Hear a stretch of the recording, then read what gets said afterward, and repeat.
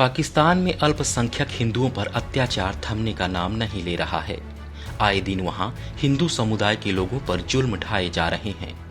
उनकी बहन बेटियों को अगवा किया जाता है, उनके साथ ज्यादती की जाती है और जबरन कन्वर्जन करा दिया जाता है। शायद यही वजह है कि पाकिस्तान में हिंदू अपने आप को सुरक्षित महसूस नहीं करते और भारत समेत दूसरे देशों में पनाह लेने को मजबूर हो रहे हैं। अब एक बार फिर पाकिस्तान में हिंदू बच्ची के साथ दरिंदगी का मामला सामने आया है, जहां सिंध प्रांत के संघर जिले में आरोपी गुमशाद अली ने नाबालिग हिंदू बच्ची को उसके घर में घुसकर बंदूक की नोक पर अगवा किया, उसके साथ दुष्कर्म किया, फिर एक मौलवी की मदद से कन्वर्जन कराकर बच्ची से निकाह कर लिया। हालांकि यह कोई पहला मामला नहीं है, इससे पहले भी लगातार पाकिस्तान में ऐसी वारदात सामने आती रही हैं, लेकिन पीड़ित हिंदुओं की वहां कोई सुनने को तैयार नहीं है। हालात ये हैं कि पाकिस्तान में हिंदू अल्पसंख्यकों की संख्या तेजी से घट रही है।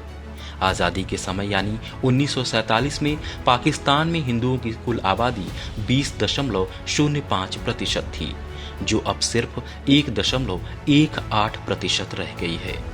आखिर वहां से हिंदू कहां गायब हो गए? साफ है कि पाकिस्तान में जबरन कन्वर्जन कराया जा रहा है। इसको लेकर कई अंतर्राष्ट्रीय मानवाधिकार संगठन चेतावनी दे चुके हैं कि अगर ऐसे ही हालात रहे तो एक दिन ऐसा होगा कि पाकिस्तान में अल्पसंख्यकों का पूरी तरह से सफाया हो जाएगा। ऐसा नहीं कि सरकार को यह सब पता नहीं है। बीते दिनों पाकिस्तान के संसद में भी हिंदुओं की दुर्दशा का मामला उठा था। सांसद दिनेश कुमार ने कहा था, हिंदू लड़कियों को जबरन इस्लाम कबूल करवाया जा रहा है। जबरन कन्वर्जन कराने वाले ना संविधान को मानते हैं और ना इस्लाम को। अगर ऐसा होता रहा तो एक दिन पाकिस्तान से सभी हिंदुओं का खात्मा हो जाएगा।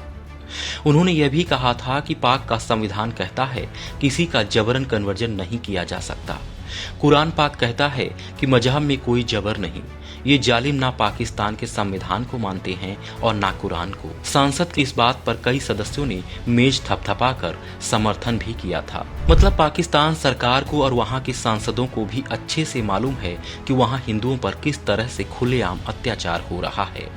फिर भी वहां की सरकार हिंदुओं के लिए कोई कदम नहीं उठा रही है।